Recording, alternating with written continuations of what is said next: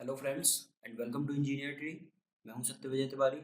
तो इसके पिछले वीडियोस में हमने देखा था माइक्रो प्रोसेसर की कुछ बेसिक डेफिनेशंस। माइक्रो प्रोसेसर क्या होता है, माइक्रो कंट्रोलर क्या होता है, मशीन लैंग्वेज क्या होती है, असेंबली लैंग्वेज क्या होती है, हाई लेवल लैंग्वेज क्या होती है और क्या इनके बीच में डिफरेंस होता है। कौन सी लैंग्वेज मशीन आपकी फास्ट एग्जीक्यूट करती है, कौन सी लैंग्वेज में डिले होता है।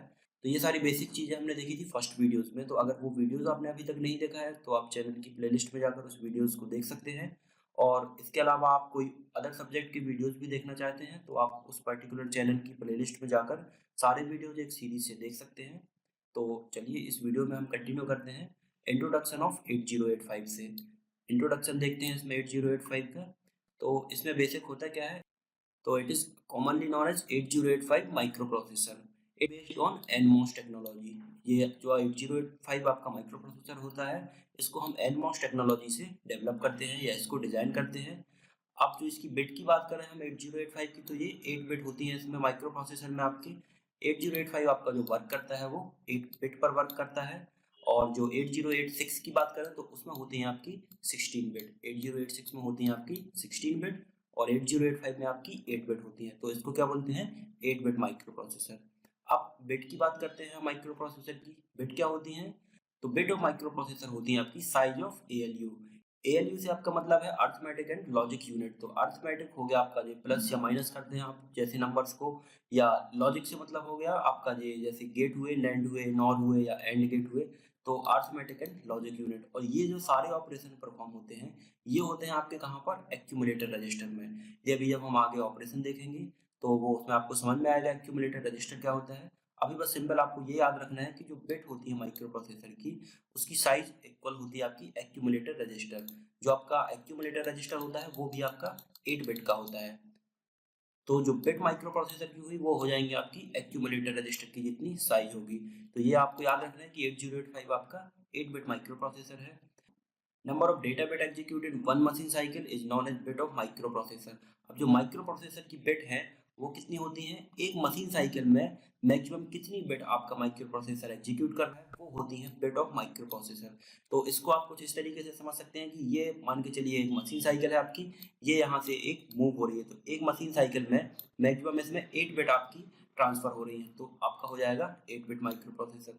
अगर मान के चलिए जैसे 8086 है तो 8086 में वन मशीन साइकिल में आपकी 16 बिट ट्रांसफर होती है। तो वो हो जाता है आपका 16 बिट का माइक्रो प्रोसेसर। तो इस तरीके से ये एक मशीन साइकिल में जितनी बिट एग्जीक्यूट होती है वो होती है बिट ऑफ माइक्रो प्रोसेसर। तो ये आप उसको याद रखें। अब इसमें देखते हैं हम 8 बिट का जो कॉम्बिनेशन होगा उसको क्या बोलते हैं, बाइट बोलते हैं। जो 4 बिट का कॉम्बिनेशन होगा उसको बोलते हैं निबल।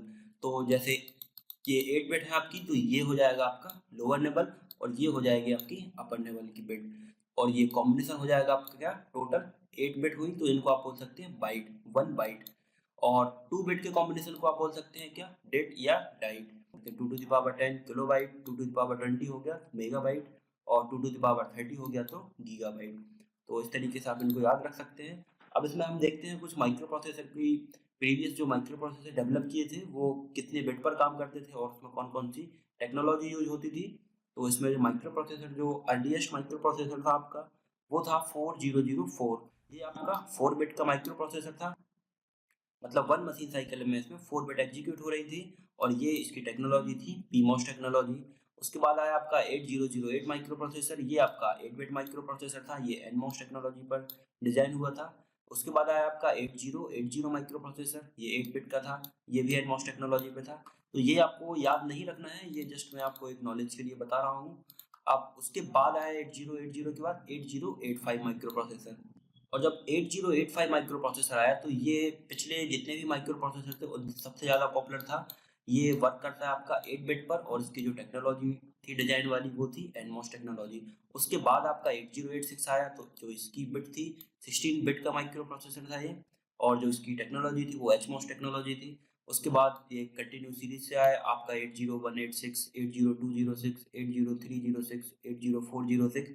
और ये 16 बिट पर थे और ये 32 बिट पर थे। और जो इनमें डिजाइन की टेक्नोलॉजी थी वो थी आपकी बाईसीमॉस पर ये बेस्ड थे।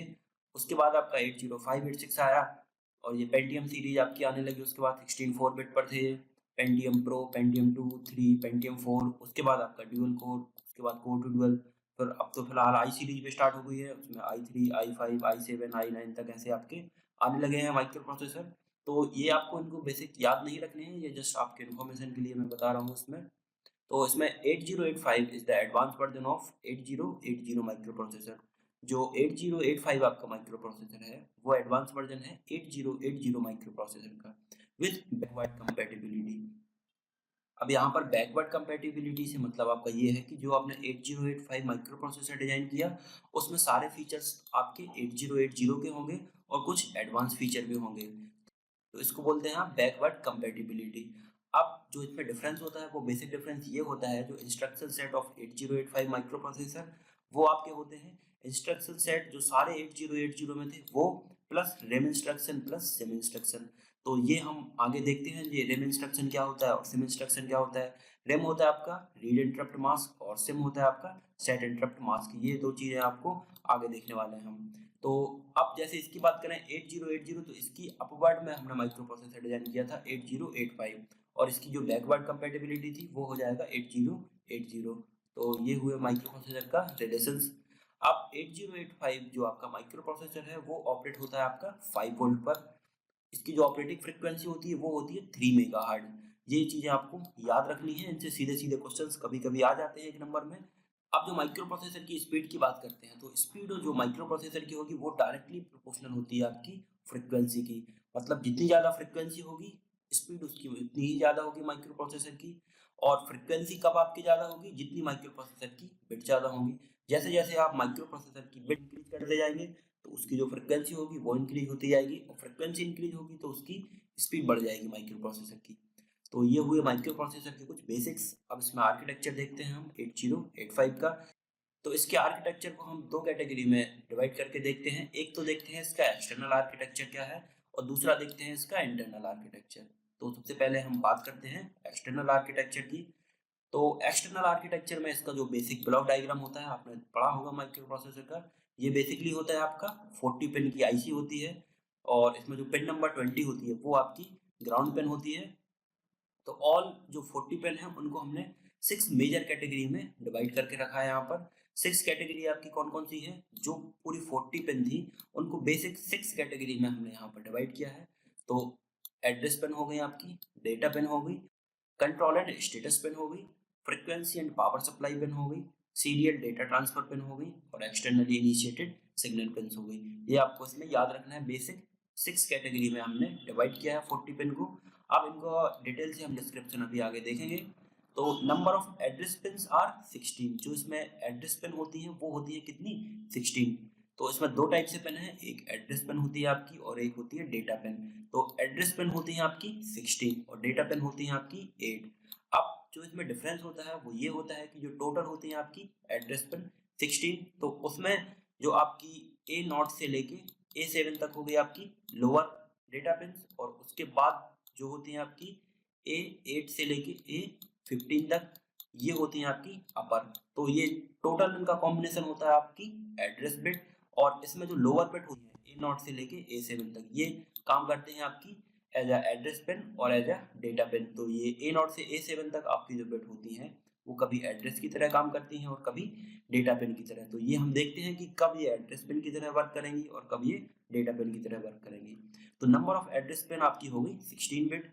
हायर बिट होगी आपकी A8 से लेके A15 तक, और जो लोअर बिट हो गई वो है आपकी A0 से लेके A7 तक। जो लोअर बिट है ये कब आपकी डेटा पिन की तरह काम करेंगी और कब एड्रेस पिन की तरह, ये देखते हैं हम इसमें। तो नंबर ऑफ जो आपकी डेटा पिन है वो है 8, और नंबर ऑफ एड्रेस पिन है वो है आपकी 16। तो lower byte of address pin also work as data pin. अब ये कब वर्क करेंगे ये हम इसमें भी आर्किटेक्चर देखते हैं इसका 8085 माइक्रो प्रोसेसर का। तो इसमें जो हमने जो 40 पिन थी उसको बेसिकली 6 कैटेगरी में डिवाइड किया था। तो सबसे पहले जो डिवाइड था आपका वो थी आपकी एड्रेस पिन। तो जो एड्रेस होती हैं, एड्रेस पिन होती हैं आपकी अपर बिट होती है A8 से लेके A15 तक, ये वर्क करती हैं आपकी एज अ एड्रेस पिन। और जो A0 से A7 तक है ये आपकी डेटा पिन की तरह भी वर्क करती हैं और एड्रेस पिन की तरह भी वर्क करती हैं। तो एड्रेस पिन जो है वो होती है आपकी यूनिडायरेक्शनल, मतलब माइक्रो प्रोसेसर से आउटवर्ड होती हैं, और जो डेटा पिन होती है वो होती हैं आपकी बाईडायरेक्शनल। इसको आप ऐसे याद रख सकते हैं जैसे माइक्रो प्रोसेसर को आपने एज अ गॉड अज्यूम कर लिया, माइक्रो प्रोसेसर गॉड हो गया और हम यहाँ पर हैं तो हमें माइक्रो प्रोसेसर से अगर कम्युनिकेट करना है तो एड्रेस की बात करें तो गॉड आपको एड्रेस दिखा सकता है, लेकिन आप गॉड को एड्रेस नहीं दिखा सकते हैं। तो जो आपकी एड्रेस पिन होती है वो आपको गॉड दिखाएगा यानी माइक्रो प्रोसेसर। तो पिन की जो डायरेक्शन होती है वो होती है आउटवर्ड, और जो डेटा होती है तो वो जैसे हम भगवान के साथ कम्युनिकेट करते हैं तो बाई डायरेक्शनल कम्युनिकेशन होता है। हमने कोई चीज़ बोली, वहाँ से भी कुछ चीज़ रिस्पॉन्स में आई, तो जो डेटा ट्रांसफ़र होगा वो होता है आपका बाई डायरेक्शनल। और जो एड्रेस होती है वो हमें केवल गॉड दिखाएगा। तो जो एड्रेस पिन होती है वो होती है आपकी यूनिडायरेक्शनल, और डेटा पिन होती है आपकी बाई डायरेक्शनल। अब ये हुई एड्रेस पिन और डेटा पिन की बात। इसके बाद आता है आपका कंट्रोल एंड स्टेटस पिन। तो कंट्रोल एंड स्टेटस पिन में आपकी इनपुट आउटपुट और मेमोरी होती है। ये देखेंगे जब आपकी लैच में 1 देंगे आप तो इनपुट आउटपुट को एक्सेस करेगा, और जब आप 0 देंगे तो ये मेमोरी को एक्सेस करेगा, क्योंकि मेमोरी में यहाँ पर इन्वर्ट है। ये हम अभी आगे डिटेल से देखते हैं। ये होती है आपकी सीरियल इनपुट पिन, ये सीरियल आउटपुट पिन, और ये होती है रीड, और ये होती है राइट, और ये होती है एड्रेस लैच इनेबल। तो ये जो कैटेगरी है ये आती है आपकी कंट्रोल एंड स्टेटस पिन के अंदर। इसके बाद जो नेक्स्ट कैटेगरी थी वो होती थी आपकी frequency and power supply pin. तो ये ऊपर वाली जो पिन है ये frequency and power supply pins होती हैं। इसमें यहाँ पर आपने VCC जो आपकी 5 वोल्ट पर वर्क करता है यहाँ पर अप्लाई किया।